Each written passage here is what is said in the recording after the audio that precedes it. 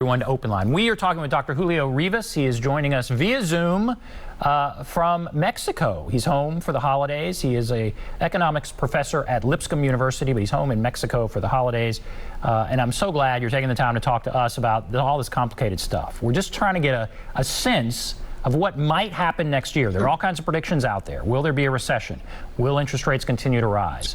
Just getting a sense of that. The other thing people want to know about, the stock market. What are your thoughts? Yes. You know, and tell us why. Give us a kind of a 101. What's the likelihood the stock market's going to tank next year? Yeah.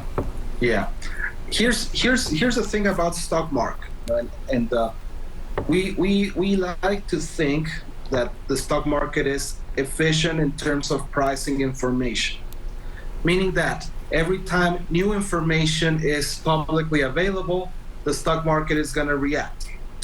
For example, when the Fed released the minutes and they think that interest rates are not going to be or they're not going to have to raise interest rate as bad as they thought they would, the stock market had a positive reaction. Now, if there are news in the future which might lead to investors to believe that the economy is not going that well, the stock market is going to react negatively. So right now, you can see that hopefully you haven't looked at your 401k return so far, but it's probably not very positive. Right? A couple of things I would like to say about that. We are not here for the sprint. This is not a 100 meters run. We are here for a marathon. This is a long-term game. It's incredible. I once had a guest in one of my classes, and he demonstrated us that the return on the S&P 500, the yearly return on the S&P 500 for any given 30-year period was 10% per year. And yes, that he was able to demonstrate that. Wow. So does it mean that next year we're gonna bounce and whatever we lost this year plus another 20% to catch up with this year, next year? Well, no, this is, as I was saying, this takes a while. This takes a while, but as long as there are positive news about the economy, and here's another thing about the economy. Every single asset in the market is going to be affected by economic news. If there's inflation, every single asset in the market is going to be affected. If interest rates go up, every single asset in the market is going to be affected. So just be aware of that. I mean, it's. So what would you recommend? You're saying it's a marathon. So if you have money in the stock market, you wouldn't say take it out, because I know people that take it out because they think it's going to go down, and then they have a lot of cash and they can reinvest it when the market's low and get more stocks. I mean, is it just kind of a no-brainer that the market's going to go down next year, or it's not a no-brainer? I would not say it's a no-brainer. I would say timing in the market is one of the hardest things that you can do. It's a lot of people will claim that you cannot really time the market. It's what I will do, and what I've been doing with my retirement is, and with the other investments accounted, it's just leave it as it is. Just leave it as it is. Sometimes it is hard to time. It's like, okay, when is the right place? When is that going to happen? So I would say, it's one thing that I believe it's even more important is not stop putting money into your retirement. I would say even if you can put more money, I would put more money, because historically this is going to rebound. Now, I cannot guarantee you 100% that's going to happen. But what is the other option? Well, what will be a case in which the stock market will collapse and will be eliminated? Well, if the American economy is eliminated, right? So that would be a very, very drastic thing to happen. Yeah. Most likely, this is going to go up again. And yes. How much did the stock market? How much did it go down this year? I'm reading something here that says 25%. But then it's come up 17%. I mean, did it go down that much and it's come up that much, or where are we about? Yeah, I mean, it's right now. I don't have. I don't have access to my computer, but if I had access, I could give you the exact number. But yes, here's the thing. There's been a lot of volatility, and that is it's volatility is always associated with risk. So as more information comes in, as we know more or less of what's going on with the economy, prices are going to react. But as you're saying, there is a rebound, right? Now, when would that happen? Is this the final rebound? Well, I don't know what to say. I wish it's I'm doing the thing you asked me not to do. No, that's okay. I mean, I think that's the honest answer. You don't know. I mean, there's some economists. I'm reading something here that says real bear market bottoms are formed on the back of investor panic, something we have not yet seen with the market this year. That person is basically saying things need to get worse before they're going to get better. It's been a tough year, but we still, there's still this optimism. I mean, they went down, but now they're going back up. This guy is saying it still needs to go way down.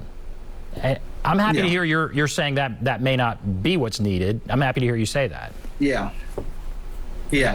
but it's a lot of it depends on how strong is our economic activity, and also how well is our control on inflation. So yes, it's now some economists are way more drastic than others, and surely, I appreciate their point, and they might have a very sound argument in favor of that. Right, and I'm sure that person is also thinking there are going to be some dramatic rate increases, and you're hoping and thinking we may not need to do that, and that's positive as well. So you're saying, slow and steady wins the race. Keep investing in your stock market, in your portfolio. Keep doing that. Don't try and time the market. Those kinds of just kind of common sense things. I'm interested, when you talk to your students, what do they think about the stock market? What do they think about the time that we live in? They're about to come out into the workforce in this time, and look at what all they've endured and all the stuff that's happened in the last few years. What do you get from talking to your students about all this stuff?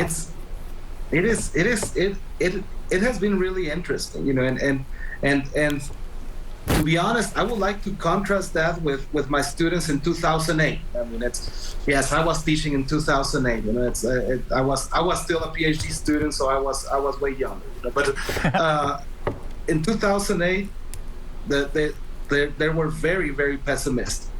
Students were and I'm talking about people that were studying at a business school. I wasn't at Lipscomb. I was at a different university, but students were very pessimistic. Right now, my students, I think they're really more aware of other things, and one of the things that I've learned is to make them research, and see what are all of the other options that you have in being a finance professional, or in any job in business that you might have. It's your first job might not be your dream job, but it's always a good place to start. So that, they fear that there's recession or whatnot, but also they also know, and this is true with the stock market as well. I mean, there are companies that they might even go up. There will be companies that they will make profits. How do you know those companies? Well, because they're very strong. They're very well managed. They know their markets really well. Now, I'm not saying that companies. Now, there are companies that are very well managed as well that will go down for economic reasons. But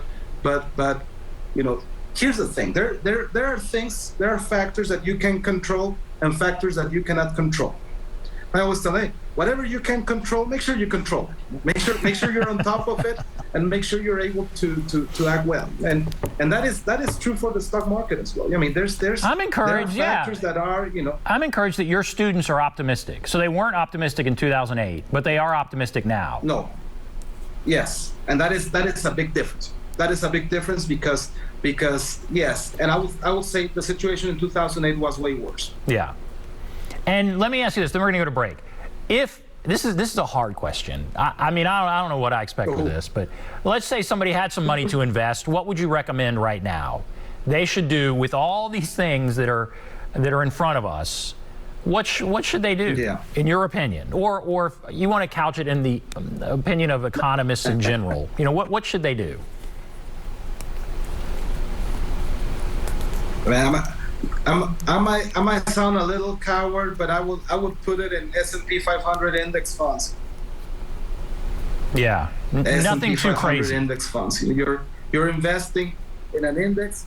You're investing in 504 stocks, very well diversified, very large companies that for sure will rebound sooner or later, and yeah, it's I would go for something very conservative like that, but that has proven to be very successful.